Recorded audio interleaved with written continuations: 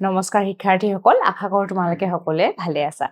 আজি আমি হিন্দী বিষয়ৰ 11 নং অধ্যায় ভাৰত কি ভাষিক একতাৰ অভ্যাস প্ৰশ্নলৈ তোমালোকৰ ওচৰলৈ আহিছো। আহাচোন আমি এবাৰ চাম।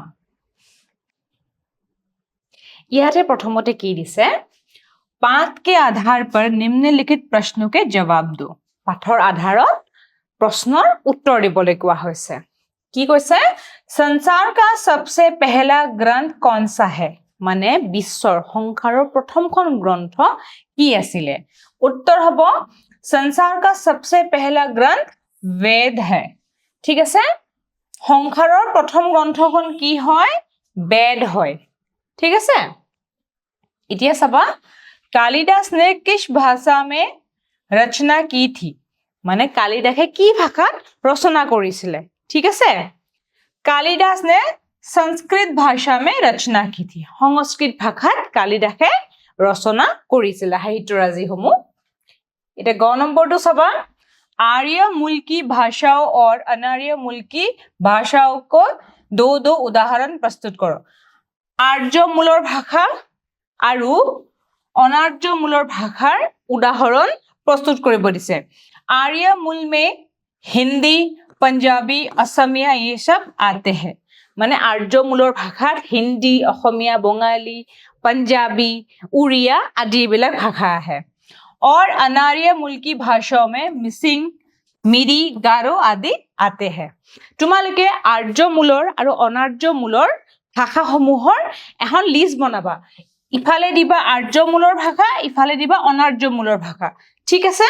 এনেদৰে তোমালোকে আৰ্য মূলৰ ভাষা, অনাৰ্য মূলৰ ভাষা লিখি এনেকে ভাষাবিলাকৰ তোমালোকে নাম লিখিবা। ঠিক আছে? এইটো তোমালোকক কৰিবলৈ দিয়া হ'ল।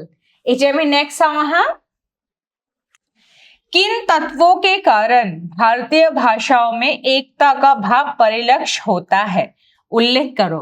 কি তত্ত্বৰ আধাৰত ভাৰতীয় ভাষাৰ মাজত যে একতা আছে সেই ভাৱটো পৰিলক্ষিত হয় সেই বিষয়ে লিখিব কৈছে। চাওঁ আহাচোন। हमारा भारत देश बहुभाषीय देश है। আমাৰ ভাৰতবৰ্ষ বহুভাষীয় দেশ, মানে বহুত ভাষা আছে, বহুভাষীয় দেশ হয়, এইটো ইম্পৰ্টেণ্ট। हमारे यहाँ अलग अलग मूलों की भाषाएं जैसे द्रविड़, ऑस्ट्रिक, मंगोलीय और तिब्बत बर्मी जैसे अनेक मूलों की भाषाएं बोलने वाले विभिन्न जातियों के लोग एक साथ मिलकर रहते आए हैं। আমাৰ ভাৰতবৰ্ষত দ্ৰবিড় ভাষা গোষ্ঠীৰ লোক আছে যিটো দক্ষিণ ভাৰতৰ হয়। তাৰপিছত অষ্ট্ৰিকো আছে যিটো মেঘালয়ৰ খাচী জনজাতি হয়। মংগোলীয়ও আছে, তিব্বত বৰ্মীও আছে যেনেকৈ বড়ো, গাৰো, মিচিং আদি। ঠিক আছে? मूलों की भाषाएं बोलने वाले विभिन्न जातियां रहते, সকলোৱে কি হয় একেলগে আছে, বিভিন্ন ভাষা পৰিয়ালৰ ভাষাৰ লোক একেলগে আছে। গতিকে বহু ভাষাৰ মাজতো আমাৰ একতা দেখিবলৈ পোৱা যায়। यहाँ अलग अलग जाति के लोग होते हुए भी सब एक साथ मिलजुल कर रहते हैं। বেলেগ বেলেগ জাতি, ভাষা, সংস্কৃতিৰ লোক থাকিলেও সকলোৱে একেলগে থাকে। इन्हीं तत्वों के कारण भारतीय भाषाओं में एकता का भाव परिलक्ष्य होता है। এইবোৰ কাৰণে ভাৰতীয় ভাষাৰ মাজত একতাৰ এটা ভাৱ পৰিলক্ষিত হোৱা দেখা যায়। এতিয়া কি দিছে চাবা। हिंदी भाषा की लिपि को क्या कहते हैं? हिंदी भाषार लिपि কি কয়? আমি এটা এটাকে জানো আহাচোন। हिंदी भाषा की लिपि को देवनागरी कहते हैं। हिंदी भाषार लिपिটো কি হয়? দেৱনাগৰী লিপি। ঠিক আছে? इस लिपि का विकास किस प्राचीन लिपि से माना जाता है? এই দেৱনাগৰী যোনটো লিপি আছিলে, দেৱনাগৰী লিপিটো ক'ৰ পৰা আহিছে? ঠিক আছে? প্ৰাচীন, কোনটো প্ৰাচীন লিপিৰ পৰা আহিছে? গতিকে এতিয়া চাম। इस लिपि का विकास प्राचीन भारत में प्रचलित ब्राह्मी लिपि से माना जाता है। ঠিক আছে? ব্ৰাহ্মী লিপিৰ পৰা দেৱনাগৰী আহিছে, দেৱনাগৰীৰ পৰা কি আহিছে? হিন্দী ভাষাটো আহিছে। इखिनी तुम्हारे पर चाई लबा। पाठ में कुछ तत्सम शब्दों का उल्लेख हुआ है जैसे स्वर्ग, देवता, शत, पुष्प, प्रिय, चतुर्थ, मध्य, वचन, नव आदि। इस प्रकार के कुछ और शब्द खोजकर एक तालिका बनाओ। মানে পাঠটোত কিছুমান তৎসম শব্দৰ ব্যৱহাৰ হৈছে, যিটো তৎসম শব্দ কাক কয়?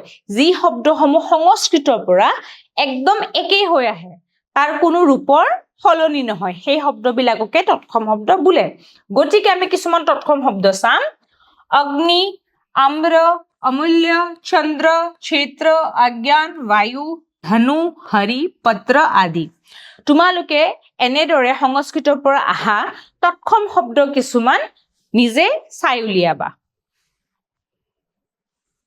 हिंदी में अनेक विदेशी भाषाओं के शब्द प्रयोग होने लगे हैं माने हिंदी भाषा बहुत विदेशी भाषार शब्द आही परिছে हुमाय परिছে हिंदी में सामान्यतः व्यवहार होते रहने वाले कुछ अंग्रेजी और कुछ अरबी फारसी शब्दों के उदाहरण दो माने हिंदीत व्यवहृत হৈ থকা কিছুমান ইংৰাজী আৰবী ফাৰসী আদি শব্দৰ উদাহৰণ দিব দিছে हिंदी में सामान्य व्यवहार होने रहने वाले अंग्रेजी अरबी और फारसी शब्दों के उदाहरण हाँ हिंदी भाषा व्यवहार হৈ থকা इंग्राजी फारसी अरबी भाषार उदाहरण हिंदी में अंग्रेजी शब्द का प्रयोग ठीक है फिल्म जो cinema station loan internet table private आदि शब्द हिंदीत আহিছে কৰ পৰা इंग्राजी শব্দৰ পৰা তেনেকে টেবল আহিছে ঠিক আছে চেয়াৰ আহিছে স্কুল আহিছে এনেদৰে তোমালোকে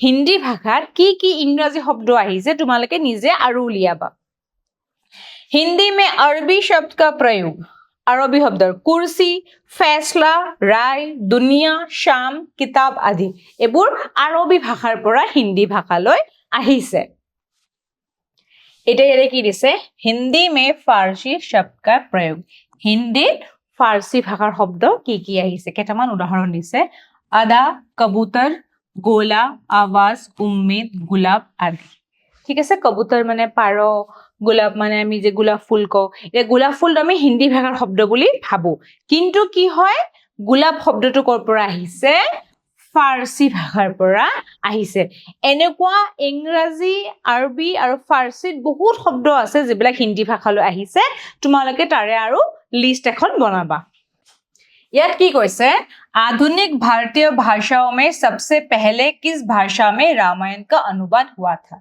इते आधुनिक भारतीय भाषात प्रथमते किहत लिखा হৈছিলে সংস্কৃত লিখা হৈছিলে ইতে আধুনিক ভাৰতীয় ভাষাৰ কোনটো ভাষাত প্ৰথমতে ৰামায়ণ অনুবাদ কৰা হৈছিলে হেতু হ'ব তামিল ভাষা ঠিক আছে बाद में किन किन भाषाओं में रामायण का अनुवाद हुआ और उनके अनुवादक कौन-कौन थे पता करो और लिखो আৰু কি ভাষাত হৈছিলে আৰু অনুবাদক কোন আছিল সেই বিষয়ে লিখিব কৈছে এতিয়া আমি চাওঁ আহা মই এখন চাৰ্ট বনাইছো ইয়াতে চাবা ভাষা रामायण का अनुवादक ঠিক আছে তামিল ঠিক আছে এটা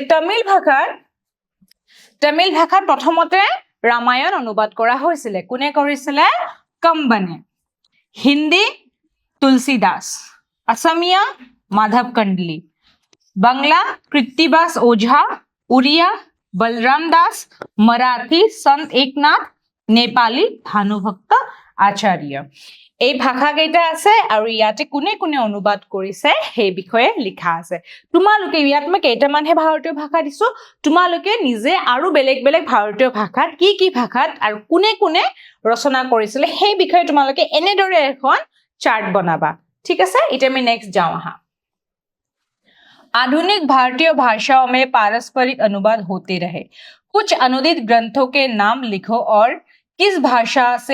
किस भाषा में अनुवाद किया गया है इसका भी उल्लेख करो माने আমাৰ ভাৰতীয় বিভিন্ন ভাষাত অনুবাদ হৈ থাকে তে কি ভাষাত অনুবাদ হৈছে সেই বিষয়ে অকমান লিখিব কৈছে अनुदित ग्रंथ है उपनिषद पुराण ठीक है उपनिषद पुराण पंचतंत्र हितोपदेश की अमर कथाएं आदि संस्कृत से एटिया उपनिषद वेद पुराण पंचतंत्र हितोपदेश ठीक है रामायण महाभारत आदि সকলো কিহত লিখা আছিল সংস্কৃত ভাষাত লিখা আছিল এতিয়া এই সংস্কৃত ভাষাত লিখা গ্ৰন্থ কেইখন ভাৰতৰ বিভিন্ন ভাষা যেনে হিন্দী असमिया बांग्ला उड़िया मराठी आदि विभिन्न भाषात अनुदित কৰা হৈছে ঠিক আছে ভাৰতৰ বিভিন্ন ভাষাত সংস্কৃতৰ পৰা অনুবাদ কৰা হৈছে